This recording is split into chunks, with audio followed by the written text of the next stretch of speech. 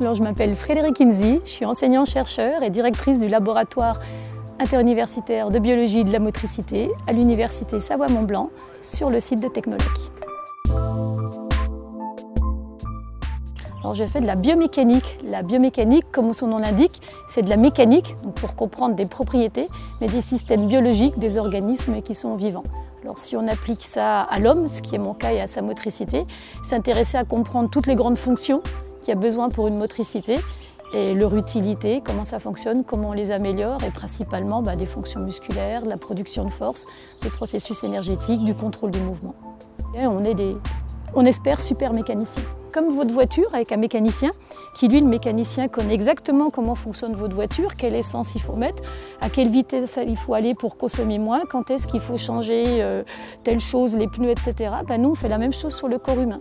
Et on est dans la compréhension comme une mécanique, on voit un homme comme une mécanique et nous, on est des super garagistes qui sommes là quand la voiture est usée pour l'aider à devenir un petit peu mieux.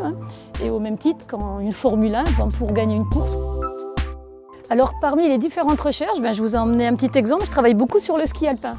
Donc on a développé par exemple un capteur, puisque nous on a besoin d'avoir des mesures précises, plus en laboratoire mais sur le terrain. Et la complexité c'est de mesurer ce qui se passe sur le terrain. Donc typiquement on a un capteur qui est celui-ci. Le skieur applique une certaine force qui est transmise d'un connecteur à des petits boîtiers qui sont des capteurs de force, comme les balances pour nous peser mais en 1000 fois plus précis et qui mesure dans toutes les dimensions, transmet ça au ski et donc on connaît exactement les efforts. On va savoir les forces qu'il applique verticalement quand on vient appuyer sur son ski, quand on se penche en avant, en arrière, de côté, et on peut mesurer réellement ce qui se passe d'un point de vue mécanique pendant une pratique sportive.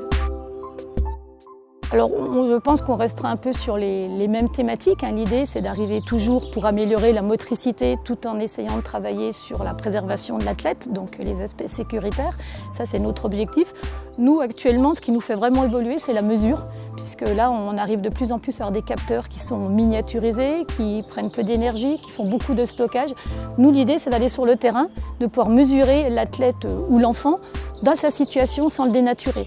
Et c'est très compliqué si on veut des outils qui soient performants. Donc on est vraiment sur le travail actuellement avec des techniciens sur développer des outils miniatures qui restent justes et après sur tout ce qui est le traitement des données parce qu'on récupère des sommes et des sommes de données, après il faut les analyser. Donc je pense qu'il nous fera évoluer, c'est la capacité à ne pas dénaturer le mouvement tout en pouvant le mesurer le plus justement possible. Et là ça rouvre plein de nouveaux champs de connaissances et d'analyse. Faire de la mesure en ski alpin, c'est quelque chose qui est toujours anecdotique, tout anecdotique, c'est-à-dire déjà préparer le terrain, c'est monter avec des scooters pour installer une piste à 5 h du matin et comme par hasard, tout compte fait, la neige n'est pas bonne et on a fait ça pour rien. C'est poser un ski et puis le ski qui dévale la pente parce que tout compte fait, on est obligé de bloquer le stop ski. Voilà, c'est toute la complexité de travailler sur des choses comme dans un laboratoire, mais à l'extérieur. Tous les jours est une anecdote en ski alpin et en recherche.